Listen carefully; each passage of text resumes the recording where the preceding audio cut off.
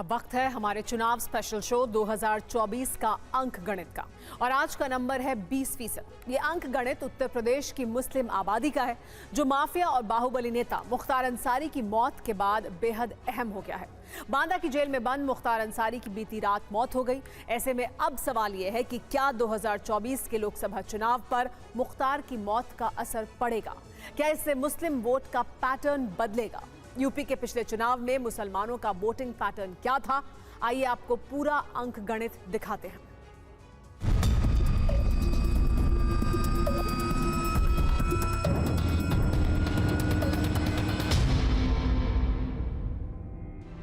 शक नहीं है, यकीन है। यकीन है कि ये स्वाभाविक मौत नहीं, संयोजित हत्या है।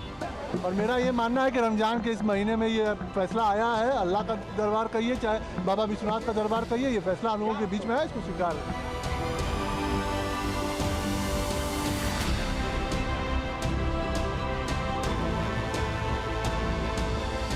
ये चाहूँगा कि इसकी एक सही तरीके से इंडिपेंडेंट इंक्वायरी हो और जो फैमिली कह रही है उसको सीरियस लेने की ज़रूरत है।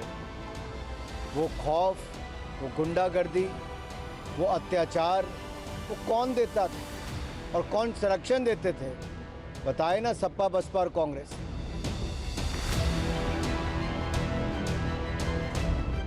के संदेह के घेरे में तो है ही मौत, तो कोर्ट को इसमें सही में ले लेना चाहिए। जिस प्रकार से राजनीतिक दल विशेष रूप से समाजवादी पार्टी और कांग्रेस और बीएसपी के लोग कूदे हैं, तो ये दिखाता है कि एक क्रिमिनल के लिए उन लोगों को कितना दर्द है।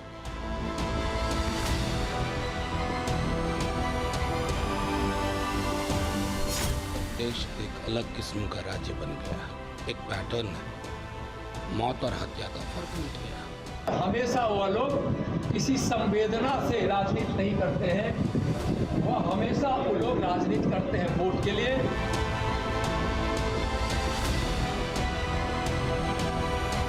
जेल खाना के अंदर जब पुलिस हिरासत में रहते हैं तब भी लोगों को गोली से भून दिया जाते हैं। ये हिंदुस्तान में और कहीं नहीं है, जो उत्तर प्रदेश में है। चुनाव का दौर है, ऐसे में जीवित व्यक्तियों के साथ साथ मृत्यु पर भी राजनीति होती है। यह अकेला शायद देश है।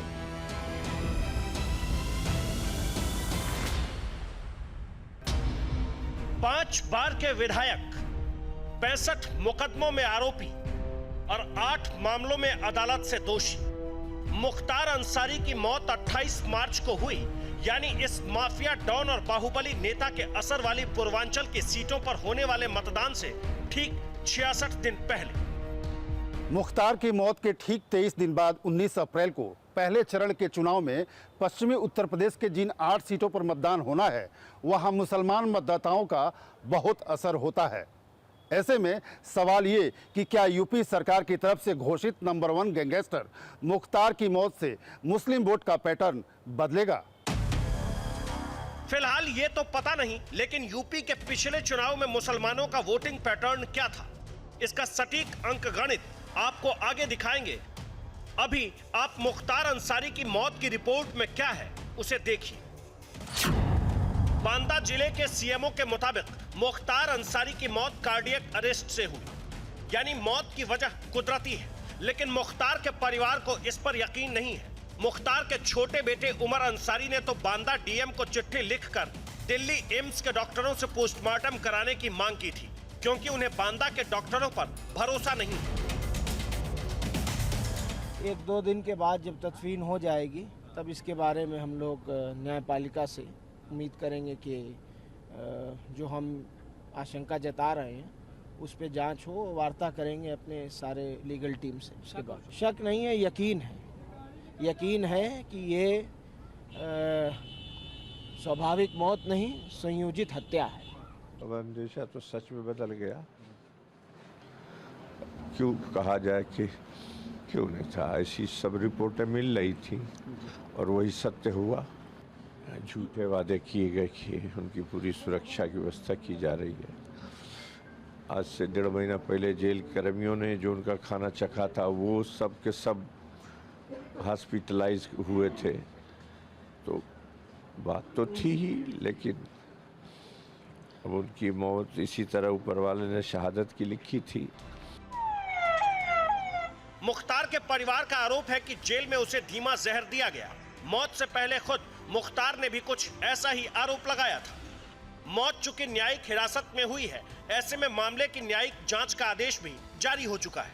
नतीजा जांच पूरी होने के बाद आएगा। लेकिन हत्या, लूट, डकैती, अपहरण, रंगदारी और एनएसए के आरोपी मुख्तार अंसारी की मौत पर सियासत कैसे हो रही है, उसे भी देखिए। और जब उनकी फैमिली कह रही है कि उनको स्लो पॉइजन दिया गया है जिसकी वजह से उनकी मौत हुई है, और उनके बड़े भाई जो एमपी हैं वो ये कह रहे हैं कि जिस जेल से अस्पताल को लेकर गए वहाँ पर वो कंसर्न डॉक्टर्स नहीं थे जो पॉइजन उनको दिया गया, और उसके बाद उनको फौरन 1 दिन के अंदर या 2 दिन के अंदर वापस हॉस्पिटल जेल भिजा दिया गया, जिससे उनकी मौत वाकई में हुई है। तो मैं ये चाहूँगा कि इसकी एक सही तरीके से इंडिपेंडेंट इंक्वायरी हो। इनकी मौत संदेह के घेरे में है, तो देखिए न्यायालय को इसमें स्वयं रुचि लेना चाहिए। अगर जेल में किसी की मृत्यु होती है तो उसकी जिम्मेदारी प्रशासनिक अधिकारी, जेल से लेकर के सरकार से लेकर सबकी जिम्मेदारी है। उत्तर प्रदेश में बहुत कुछ होते हैं, जिसको लगे उनको गोली से भून दिया जाते हैं और एक धब्बा लगाए जाते हैं। कोई क्रिमिनल होते हैं, कोई भागने की कोशिश की वगैरह वगैरह बहाना बनाते हुए उत्तर प्रदेश में एक दहशत की माहौल पैदा होते हैं, हम सब जानते हैं। किसी को अपने कस्टडी में बार बार बीमार हो रहे थे, बार बार बोल रहे थे ये स्लो पॉइजनिंग हो रहा है, लेकिन इसके बावजूद आपने कोई भी उसमें ना इंक्वायरी की, ना आपने उसके बारे में कोई हस्तक्षेप की, तो निश्चित रूप पर एक सवाल उठता है। मुख्तार अंसारी के परिवार की तरह विपक्ष के नेता भी यूपी सरकार पर सवाल उठा रहे हैं। आरजेडी के नेता तेजस्वी यादव से लेकर समाजवादी पार्टी के अध्यक्ष अखिलेश यादव ने भी बीजेपी सरकार को कटघरे में खड़ा किया है। लेकिन इस माफिया की मौत पर केंद्र सरकार के मंत्री, बीजेपी और उसके सहयोगी दल के नेता क्या कह रहे हैं, उसे सुनना भी जरूरी है। राजनीतिक रोटियां सेकने के पीछे ये भी तो बताना चाहिए कि आखिरकार इतने वर्षों से जेल में किस अपराध के चलते थे। वो खौफ, वो गुंडागर्दी, वो अत्याचार, वो कौन देता था और कौन संरक्षण देते थे? बताए ना सपा, बसपा और कांग्रेस। आज राजनीतिक लाभ लेने के लिए इन सब के होंठ सिल गए हैं, मुंह में दही जम गया है। किसी को ट्वीट करने का मतलब वोट है या तुष्टीकरण है, तो यह ठीक नहीं। और हमेशा वह लोग किसी संवेदना से राजनीति नहीं करते हैं, वह हमेशा वो लोग राजनीति करते हैं वोट के लिए और तुष्टीकरण के लिए। विशेष रूप से समाजवादी पार्टी और कांग्रेस और बीएसपी के लोग कूदे हैं, तो ये दिखाता है कि एक क्रिमिनल के लिए उन लोगों को कितना दर्द है। और जो एक क्रिमिनल था जिसके ऊपर इतने गंभीर आरोप लगे हैं और उसको कोर्ट ने भी सज़ा दी है उम्र कैद की, उसके बाद भी उन पे दर्द हो रहा है। तो दिखता है कि किस प्रकार का जो एक माफिया राज जो चलता था पूर्वांचल में, उसके संरक्षण के पीछे ये सब राजनीतिक दल रहे हैं। समाजवादी पार्टी के नेताओं का, समाजवादी पार्टी का उस परिवार के साथ निकट का रिश्ता है। भाई भी और ये स्वयं भी समाजवादी पार्टी के टिकट पर एमएलए एमपी रहे हैं।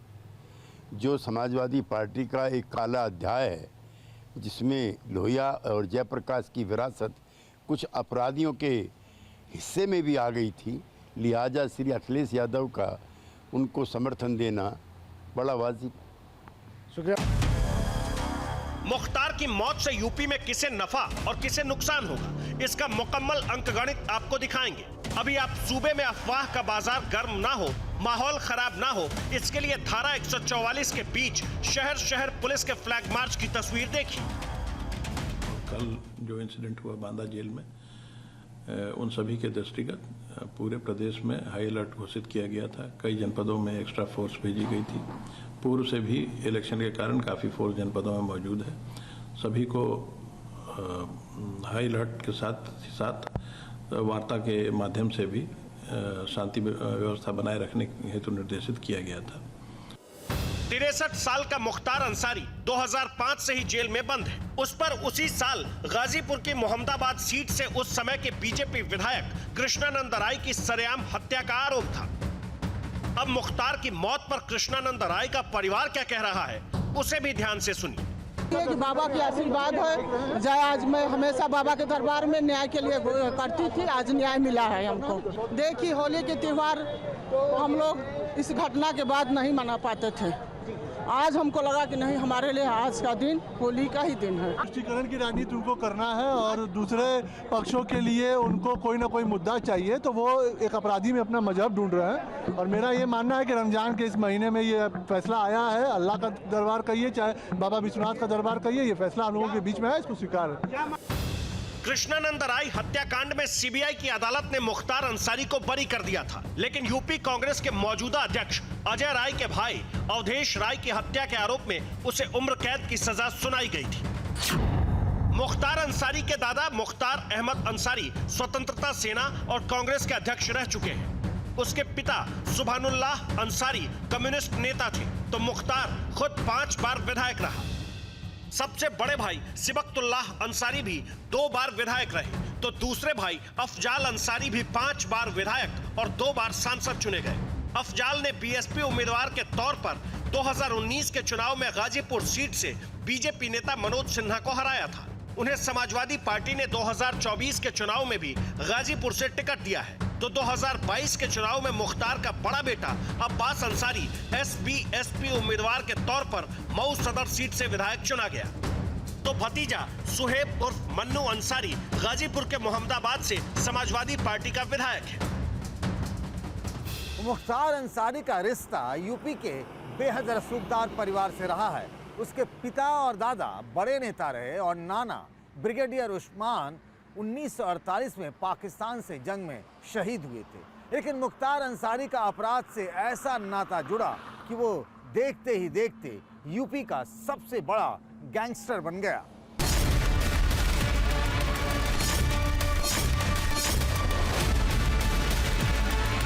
पंजाब की रोपड़ जेल में बंद मुख्तार अंसारी को सुप्रीम कोर्ट में लंबी लड़ाई के बाद यूपी पुलिस 7 अप्रैल 2021 को बांदा लेकर आई। बीते 1.5 साल में 8 मुकदमों में उसे सजा भी सुनाई गई। इस बीच मुख्तार ने हाल ही में जेल के अंदर धीमा जहर देने का आरोप लगाया और 28 मार्च की रात करीब 8:30 बजे कार्डियक अरेस्ट से उसकी मौत भी हो गई।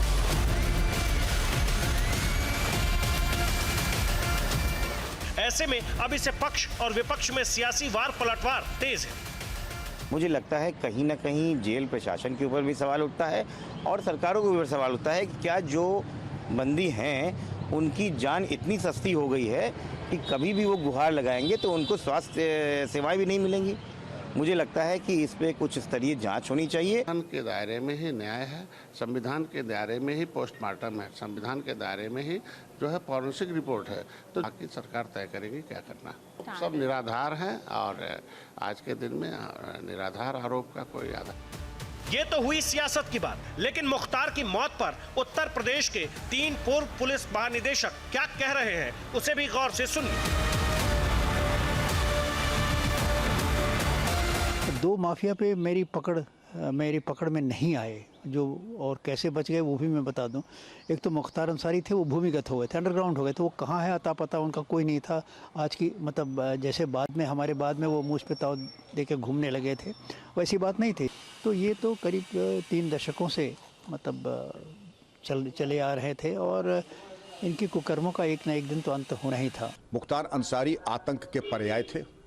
उनके एक गैंग चार्ट था उनका, उन्हीं के नाम से, और जबरन धन वसूलने से लेकर के तमाम हत्याओं और लंबी श्रृंखला है उनके आपराधिक इतिहास की। और उनका गैंग क्रियाशील न केवल उत्तर प्रदेश में था बल्कि पंजाब तक में इस गैंग का भय और आतंक बताया जाता था। मेडिकली पहले भी बीमार रहा है और उसकी स्थिति बहुत अच्छी नहीं रही है। ऐसी स्थिति में इस प्रकार का आरोप लगाना कि उसे जहर दे दिया गया है या उसे मार दिया गया है, मैं समझता हूं कि ये सर्वथा निर्मूल है और इसे खंडन किया जाना चाहिए। सत्ता पक्ष, विपक्ष और पुलिस की बातें आपने सुन ली। अब आप उन मतदाताओं के मन की बात भी सुनिए जिन पर मुख्तार की मौत का असर पड़ने की बात कही जा रही है। मौत और ये सब कुछ जो होता है ये तो सिर्फ ऊपर वाले के हाथ में होता है ना, वो तो अल्लाह पाक ने लिखा होता है सबके लिए। तो उस पर चुनाव से क्या असर पड़ेगा? ये अपनी अपनी राजनीति है, लोग उस पर मुद्दे उठाएंगे तो उससे कोई असर नहीं पड़ता। और जो लोग आज मुख्तार अंसारी पे रोटियां सेकने की कोशिश कर रहे हैं, कल को उनकी भी कोई खबर देगा। ये तो सब बेकार बात है। आपने मुरादाबाद के मुस्लिम मतदाताओं की बात सुनी जो पहले चरण के लोकसभा चुनाव में वोट डालने वाले। अब आपको 2022 में मतदान कर चुके मुस्लिम मतदाताओं का अंकगणित भी दिखाते हैं।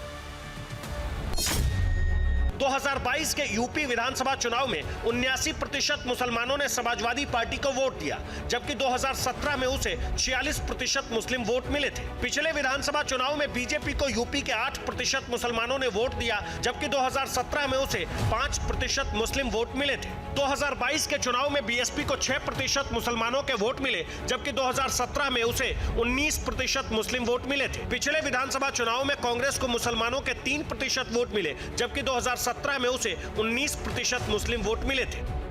यानी 2 साल पहले हुए विधानसभा चुनाव में समाजवादी पार्टी को 3/4 से भी ज्यादा मुस्लिम वोट मिले। उत्तर प्रदेश में मुस्लिम वोट समाजवादी पार्टी, बीएसपी और कांग्रेस में बढ़ता रहा है। 2019 के लोकसभा चुनाव में एसपी और बीएसपी ने मिलकर चुनाव लड़ा, लेकिन 2024 में एसपी और कांग्रेस का गठजोड़ है। ऐसे में सवाल ये है कि क्या मुख्तार की मौत के बाद मुस्लिम वोट एक मुश्त एसपी और कांग्रेस गठबंधन को जाएगा? अब आपको 2022 के विधानसभा चुनाव में मुस्लिम आबादी के हिसाब से बीजेपी और समाजवादी पार्टी को धर्म के आधार पर मिले वोट का अंकगणित दिखाते हैं। जिन विधानसभा सीटों पर 20% से कम मुस्लिम आबादी है, वहां बीजेपी गठबंधन को मुसलमानों के 14% वोट मिले तो हिंदुओं के 51%। 20% से कम मुस्लिम आबादी वाली विधानसभा सीटों पर समाजवादी पार्टी गठबंधन को मुसलमानों के 74% वोट मिले तो हिंदुओं के 30%। 20 से 39% मुस्लिम आबादी वाली विधानसभा सीटों पर बीजेपी गठबंधन को मुसलमानों के 4% वोट मिले तो हिंदुओं के 59%।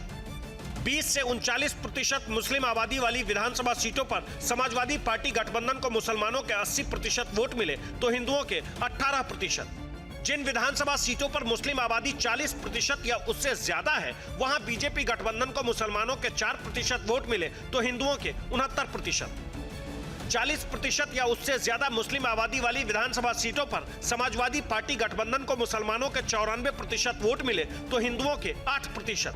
यूपी में मुस्लिम वोट का पैटर्न बताता है कि पिछले विधानसभा चुनाव में इस समुदाय का सबसे ज्यादा वोट समाजवादी पार्टी को मिला। इसीलिए मुख्तार के भाई अफजाल अंसारी को अखिलेश यादव ने गाजीपुर से समाजवादी पार्टी का उम्मीदवार बना दिया। ऐसे में सवाल ये कि पूर्वांचल से लेकर पश्चिमी यूपी तक मुख्तार की मौत का क्या असर पड़ेगा या फिर यह मुद्दा बेअसर रहेगा?